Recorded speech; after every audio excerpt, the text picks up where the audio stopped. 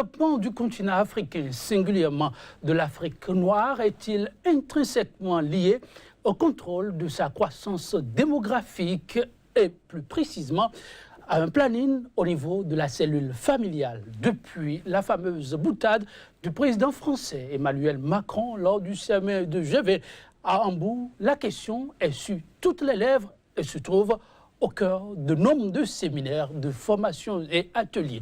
Nous l'abordons cette fois-ci avec un sachant, Patrick Aman-Poyon.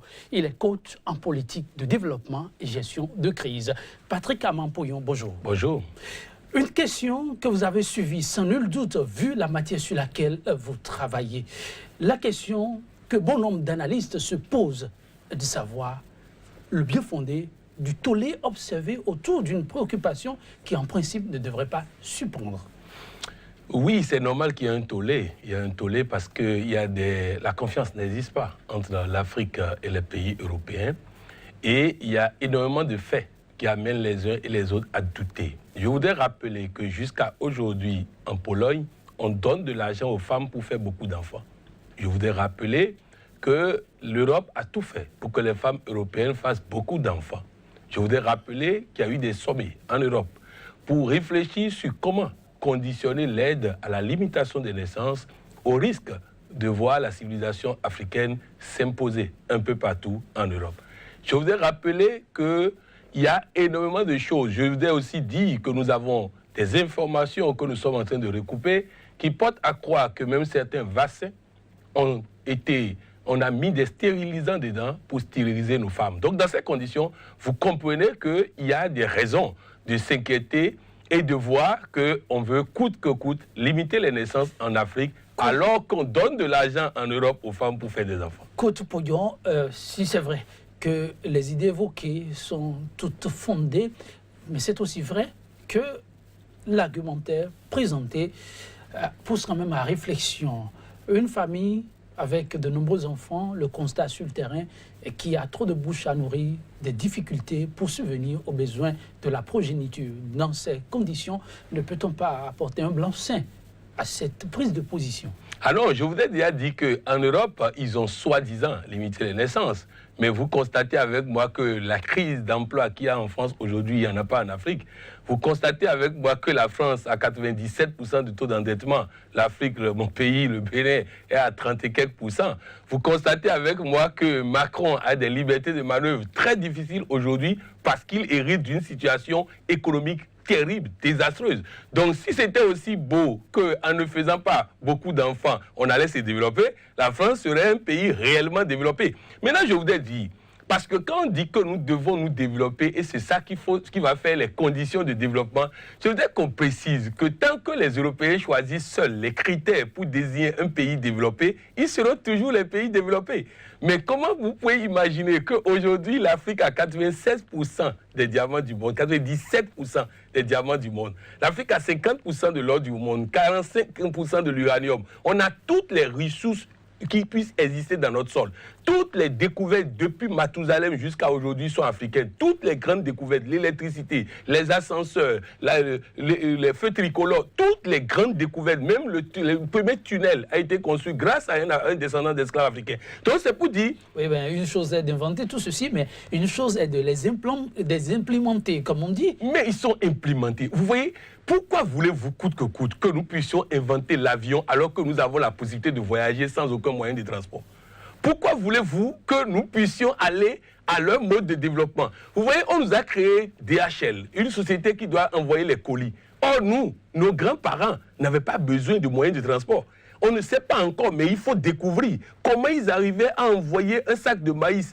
On ne sait pas comment ils calculent les coordonnées géographiques et ça tombe dans la cour de son parent, là-bas, sur la base des paroles. Donc, vous savez, pourquoi voulez-vous que nous puissions suivre leur mode de développement alors que nous avons le nôtre? Un exemple très simple. Les météorologues de mon pays, le Bénin, ont tout fait avec la météorologie amenée par les autres. Il y a toujours inondation. Mais depuis qu'ils ont commencé par le faire avec la météo locale que leurs parents ont laissée, on a constaté qu'il y a moins d'inondations dans le pays. Vous savez, je vais vous donner un exemple très simple. Au Bénin, allez vous renseigner, chaque fois qu'on fait le 14 juillet, la fête de la France, l'ambassade de France fête cette fête-là sous la pluie. Mais depuis qu'ils ont compris et ils ont fait appel aux météorologues béninois, les 14 juillet se passe sans pluie au Bénin. Vous savez, nous avons notre mode de développement. Et si on nous laisse développer, le seul drame, c'est que nos dirigeants ne sont pas en phase avec nos modes de développement. Voilà les réalités que nous avons à confronter. Ben, je reprends. Pour vous, une assertion d'un démographe qui avance que ce sont les intellectuels qui empêchent l'Afrique de pouvoir prospérer parce que cette Afrique, avec ses intellectuels, refuse de voir la réalité en face. Ah oui, moi je suis totalement d'accord avec lui. Il y a un Américain qui a écrit un livre dont le titre est « J'ai réussi parce que j'ai eu la chance d'échouer à l'école ». Vous savez, en réalité, je vais vous dire, prenons l'exemple, je vais donner 2 exemples. L'exemple de ce Kenyan qui a 130 femmes, 300 et quelques enfants, mais aucun de ces enfants n'est au chômage. Aucun de ces enfants ne travaille pour l'État. Il a créé des écoles pour former ses enfants qui sont aujourd'hui les instituteurs dans ces écoles. Il a créé une compagnie de transport et ce sont ces enfants qui travaillent dedans. Il a fait en sorte d'assurer lui-même l'éducation de ses enfants, d'assurer lui-même l'emploi de ses enfants. Voilà un cas. Ce monsieur n'a pas été à l'école. Parce que s'il avait été à l'école, on lui aurait dit que c'est impossible. On lui aurait dit qu'il ne peut pas. On lui aurait dit ceci. Il faut que nous retournons. Je vais vous donner un exemple. L'Afrique a créé quelque chose qu'on a appelé l'université du coton. C'est les paysans qui ont créé une université pour dire que ça va être le cadre de rencontre entre les professeurs d'université et les paysans parce qu'ils ont vu ça dans certains pays comme le Mexique et autres. Mais qu'est-ce qui s'est passé? Les professeurs disent qu'ils ne savent pas quel discours tenir avec un paysan parce qu'ils ne savent pas adapter leur discours à la réalité du paysan. Or, le paysan dit, j'ai des choses à vous apprendre, vous avez des choses à m'apprendre. Je vais vous donner un exemple pratique. Au Burkina, ils ont amené de l'engrais. Ils ont dit, vous passez le premier engrais et juste après, vous passez le second. Le monsieur voit qu'il a 4 hectares. Il n'a pas d'hélicoptère. Comment il peut passer le second juste après? Il a mélangé les deux à l'origine avant de passer et ça a marché. Or, les intellectuels disaient que ce n'est pas possible. Donc, vous savez, c'est pour dire qu'effectivement, le problème de l'Afrique, c'est un problème de... Nous sommes en train de vivre selon nos habitudes, mais nous sommes en train de vouloir avoir le mode de développement des autres. Il y a contradiction. Et aussi, je voudrais dire à tous ceux qui m'écoutent que cette erreur que nous sommes en train de faire sont liées au fait que l'histoire a été tronquée. On nous a fait croire que c'est eux qui nous ont amené l'éducation. Or, jusqu'en 1200, après Jésus-Christ, l'Europe était remplie de barbares. C'est les morts de Mauritanie actuelle, mais qui étaient du Sénégal et du Maroc, qui ont amené l'éducation en Europe. Ils ont pris ça d'où? De Guinée au Mali et du Ghana. Ils ont amené l'éducation là-bas, la science, la technologie. 17 000 ans avant Jésus-Christ, il y avait déjà l'astronomie au niveau des Dogons au Mali. Il y avait déjà la médecine, la chirurgie, il y avait déjà la technologie. Tout cela est parti de chez nous. Nous sommes en train d'aller à l'école des gens que nous avons civilisés. Voilà le problème de l'Afrique. Il faut que nous retournons à l'origine, c'est-à-dire à l'école des maîtres qui ont formé les Européens. Mais est-ce que ces discours ne sont pas un peu des discours révolus quand on sait qu'aujourd'hui, la misère, elle est ambiante? Parce que, justement, il y a trop de bouches à nourrir. L'État n'arrive pas à le faire. Vous le savez très bien, tout est presque privatisé. Et seuls ceux-là qui ont les moyens, qui arrivent à envoyer justement leurs enfants là où il faut. Et si chacun n'avait qu'une ou 2 bouches à nourrir, est-ce qu'on ne le ferait pas plus aisément? Dans quel pays du monde vous avez constaté qu'il n'y a pas de bouche qui manque de nourriture? La famine, la galère qu'il y a en Europe, il n'y en a pas en Afrique. En Afrique, il y a les parents. Il y a la solidarité. En Europe, il n'y en a pas.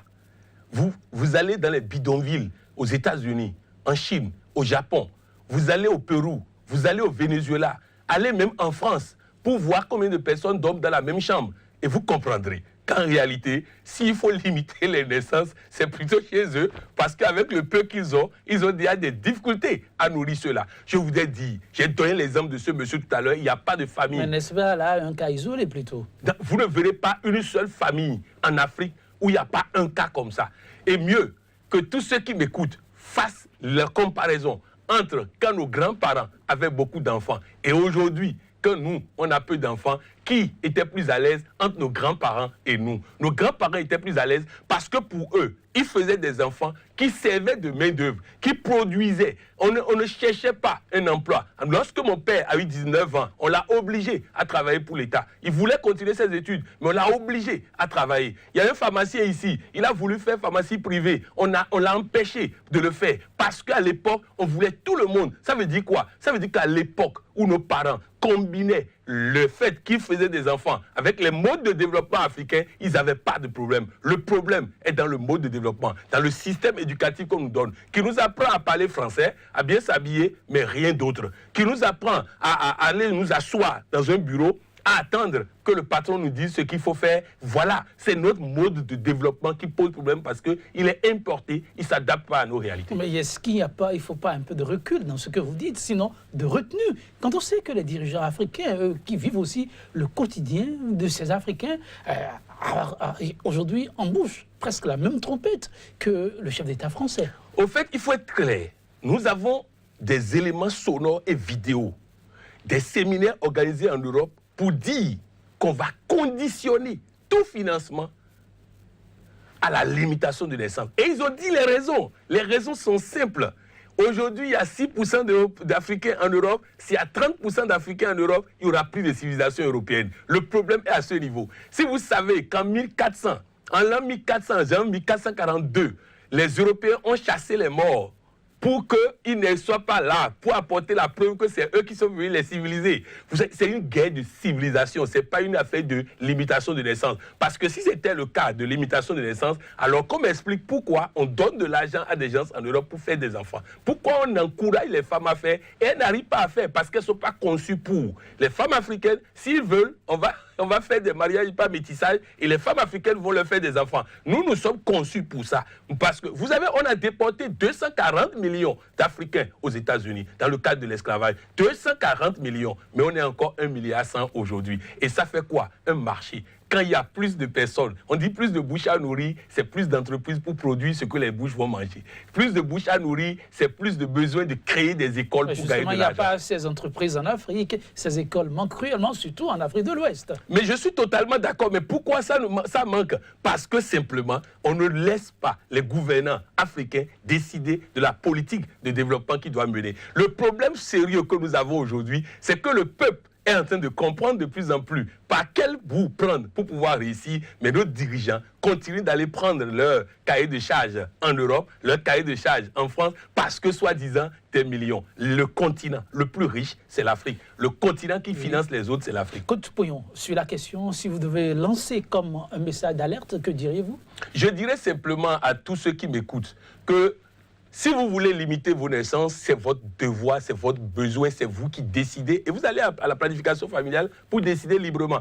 Mais personne n'a le droit de décider à votre place du nombre d'enfants que vous devez faire. C'est à vous d'évaluer vos besoins. Vous avez la capacité de réfléchir, réfléchissez. Maintenant, comprenez une chose, cette guerre est une guerre de civilisation. Et dans tous les cas, nous l'avons toujours gagnée et nous allons encore la gagner. L'Afrique va se développer, je vous le promets. Merci, Côte Pouillon. L'Afrique va se développer. Ça ne tient qu'aux Africains eux-mêmes, parce que nul ne saura faire votre développement à votre place. Mesdames, Messieurs, si vous avez aimé, prenez le rendez-vous. C'est chaque jour sur Sika. À très vite. Au plaisir de vous retrouver.